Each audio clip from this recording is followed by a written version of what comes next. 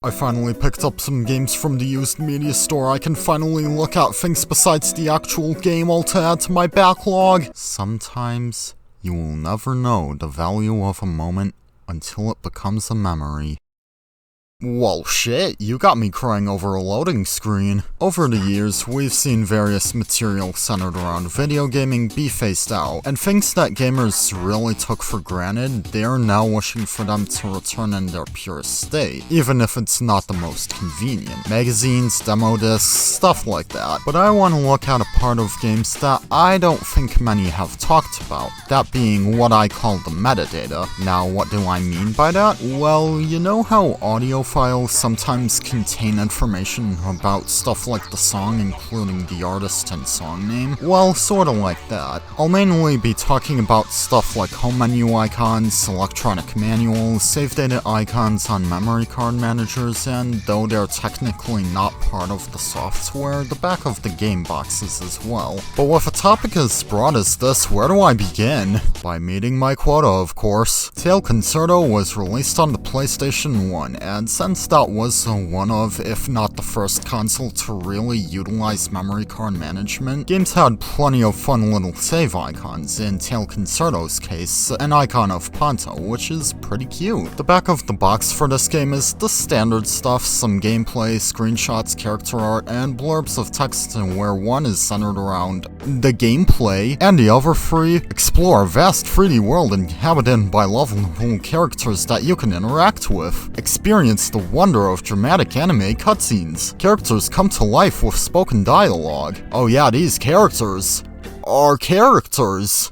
Acceptable! Okay, jokes aside, I don't blame the designers of the box for really trying to put the spotlight on stuff that we'd expect in at least AAA gaming nowadays. Voice acting and animated cutscenes have been used in previous PS1 games at the time, but Tail Concerto is one of the first to really utilize the both of them to a larger degree. What I'm more confused about is this quote from the Electronic Gaming Monthly magazine showcased here. Anyone looking for a 3D platformer need no look further than Tail Concerto.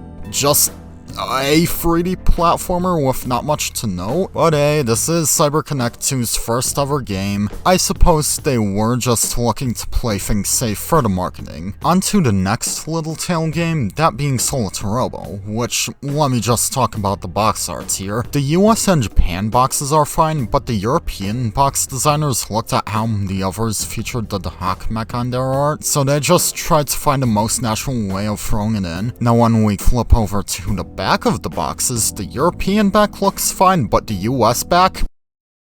What, did they draw on his face with a Sharpie or something? Also, only one of the blurbs on the US back here actually talks about the primary gameplay. This really did show how much Solitarobo lost its uphill battle in the market, as not much advertising hurt this by a lot. Sure, the game did have some pretty good coverage in a Nintendo Power issue here and there, but what else is there? A series of 100 commercials played close together on Japanese TV done for a Guinness World Record. Oh, and back to the back of the box, and also points out the DSi camera support.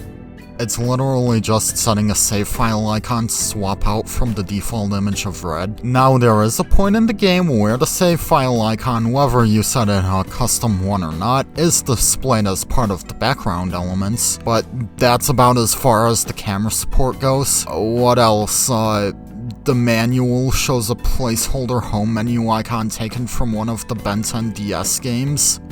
I have a theory, and for Fuga Melodies of Steel 1 and 2, the games are digital only, so fuck it, crop box art malts head and put it on Steam. Going back to the PlayStation save data icons, we actually have full-on models for the PS2 saves, which can range from a character being showcased to the Crash of the Titans cube. I saw this during sleep paralysis one time. What's really cool is that most save models have little animations playing, and what's even more cool is that they're likely to have separate animations for when you're about to copy or delete the save. Of course, they're like you'd expect. When you choose to copy, the model moves like "fuck yeah, we're so back," and when you choose to delete, they move like Please, your omnipotence, have mercy! They're very neat to look at and brought some extra flair to the PS2 BIOS. This leads me into my next point, the Wii channels. The Wii menu is iconic for being designed in like a bunch of TV screens, making it super accessible for even people who have never seen the software side of a gaming system. And each application, whether it be a game or more general software, had a unique icon on the Wii menu that would adapt its image sizing depending on if your display was in widescreen, but also a unique animation that would play when you select the channel icon, basically acting as a prompt to confirm you want to start that application. I don't think there's an official name for this, so I just refer to it as the Wii channel preview. Literally any form of application that's accessible through the Wii menu,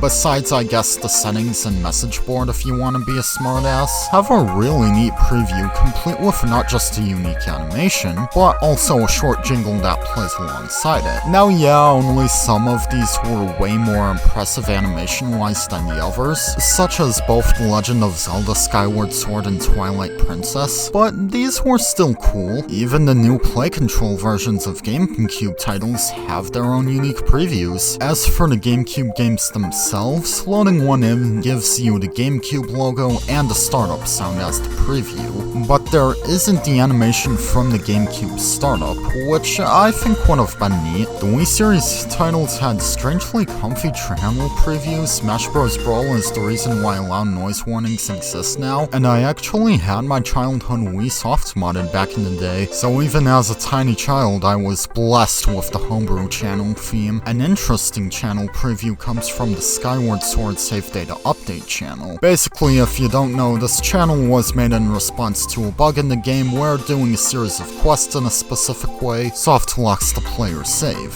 The channel itself is basically Nintendo saying, sorry, we fucked up, and the menu button at the end of the note installs the patch that fixes the issue. What's strange about the channel preview is that it uses the Animal Crossing jingle for its audio, and even more is that it's a variant that's different from the one used for City Folks channel preview. As far as I know, the Save Update channel's preview audio contains a fully unique variant of the Animal Crossing jingle, but we're not done with the Wii just yet because its games also have pretty interesting save data icons, and my previously mentioned personal Wii gives us plenty of examples. Tatsunoko vs. Capcom's icon has an identity crisis over it wants to be Candy Eagle or Ryu. Guilty Gear Accent Core features Soul who's happy from the grade he got on his exam. Nicktoons Globs of Doom makes no mention of Nickelodeon or any of its shows that are represented in the game. I'd think this was a horror game going off of just the banner image here. We have a similar case for How to Train Your Dragon 2 where it's just titled Dragons 2,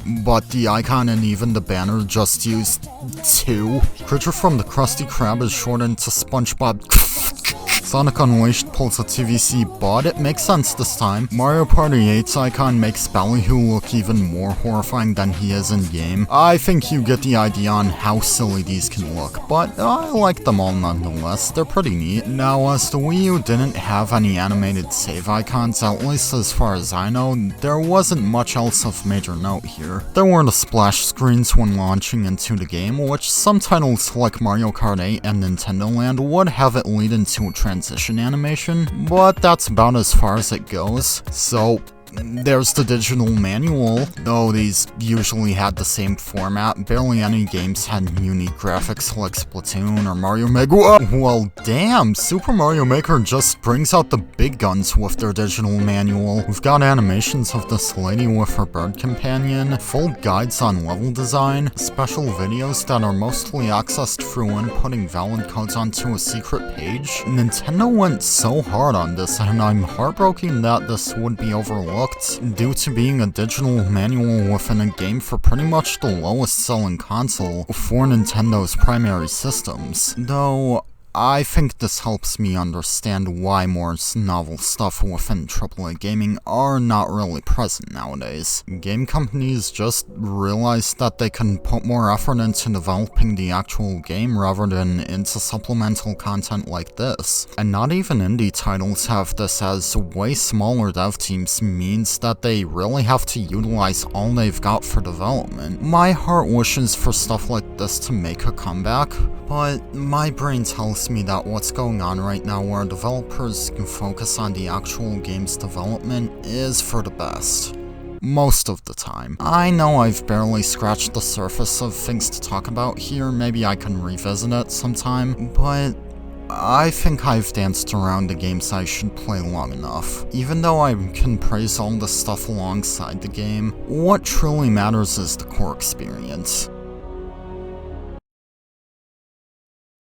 You know, I miss the magic disc era screens had back then.